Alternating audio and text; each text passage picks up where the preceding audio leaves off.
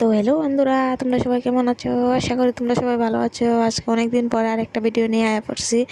তো দেখতেই তো পারতেছো, ঘরের মধ্যে দিয়ে লাইছি তেল। আর এই দেখো, তেলটা গরম হয়ে গেছে, দিয়ে দিছি ফুচকা।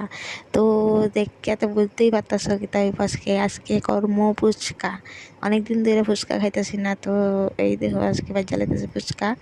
তো তোমরা সাথে কথা কইতে কইতে ফুচকা ভাজা কমপ্লিট হয়ে গেছে গা।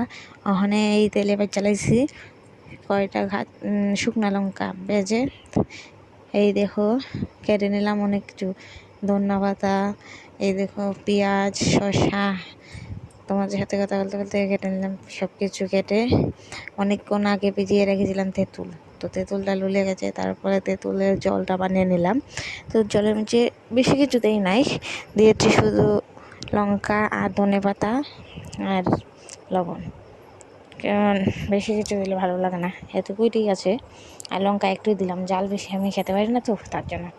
তো এই দেখো কথা বলতে বলতে জলটা বানিয়ে নিতে নিতে হয়ে গেল আলু সিদ্ধ। তো আলুটা নামিয়ে নিলাম, নামিয়ে ছুলিয়ে নেবো এখন। তো ছুলিয়ে এই দেখো অনেক গরম, তো আস্তে আস্তে মানে ভাঙছি, ফিস্ট করছি করে আলু ভর্তা হয়ে গেছে। আর এই দেখো রেডি আমাদের ফুচকা। তো কে কে খাইবা এবারও, অনেক টেস্টি ফুচকারা খাইতে।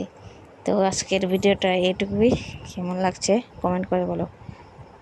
আর ফুচকাটা অনেকই স্বাদ হয়েছে, কি বলবো তোমাদের। তো আজকের ভিডিওটা এইটুকুই, টাটা, চলো বাই।